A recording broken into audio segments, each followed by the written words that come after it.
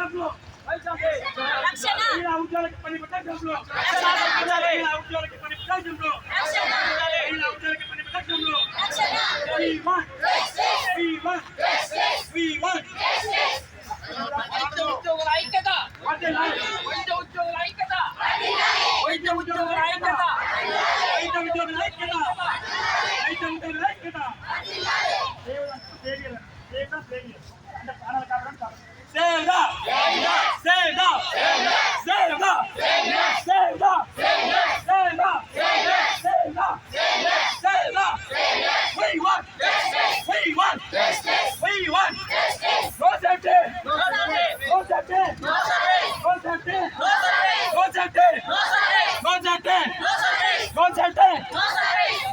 ప్రతిపక్షంలో అగైతాలు అగైతాలు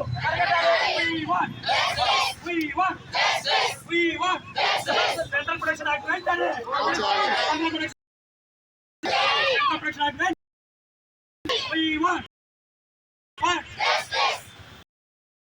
దాడులు వైద్య సిబ్బందిపై దాడులు వైద్య సిబ్బందిపై దాడులు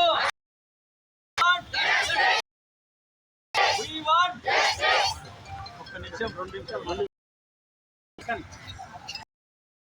ఇట్లా పెట్టండి స్పీకర్. హలో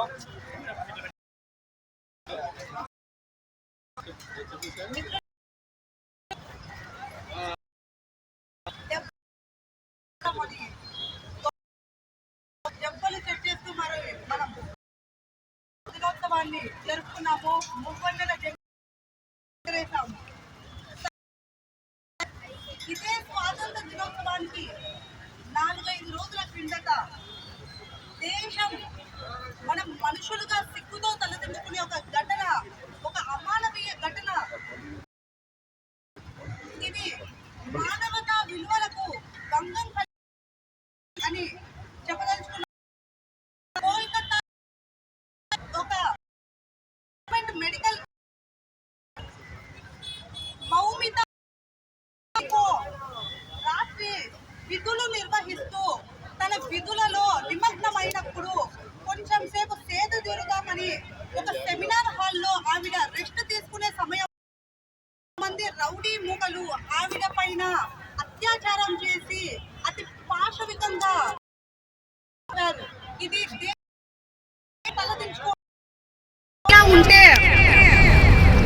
ఇదిలా ఉంటే ఆ రోజేమో నిందితుడు, ప్రధాన నిందితుడు ఒక వ్యక్తిని అరెస్ట్ చేయడం అయితే పోలీసులు జరిగింది. కానీ విస్తుపోయే నిజాలు ఏంటంటే ఆవిడ బాడీ అటాప్సీ పోస్ట్ మార్టం తర్వాత పోలీసులే ఆశ్చర్యంతో విస్తుపోయారు ఆవిడ అటాప్సీ రిపోర్ట్ ని చూసి. ఆవిడ శరీరంలో కేవలం ఆవిడ పైన ఒక్క వ్యక్తి మాత్రం అత్యాచారం చేయలేదు, దాదాపు 15 మంది ఆవిడ కళ్ళల్లో నుంచి రక్తం వచ్చే విధంగా, ఆవిడ ప్రైవేట్ పార్ట్స్ నుంచి రక్తం వచ్చే విధంగా ఆవిడ బాడీ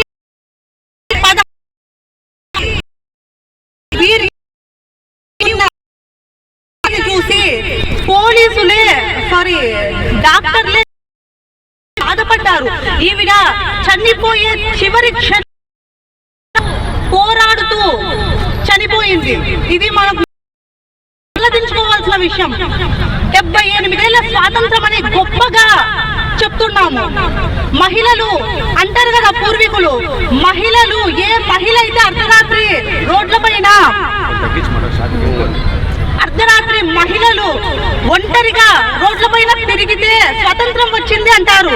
అర్ధరాత్రి మహిళ కాదు, పసిపిల్లలు, నెలలు నిండిన పిల్లలు, ఉయ్యాల్లో పడుకునే పిల్లలకు కూడా రక్షణ లేని దేశంలో మనం బ్రతుకుతా ఉన్నాము.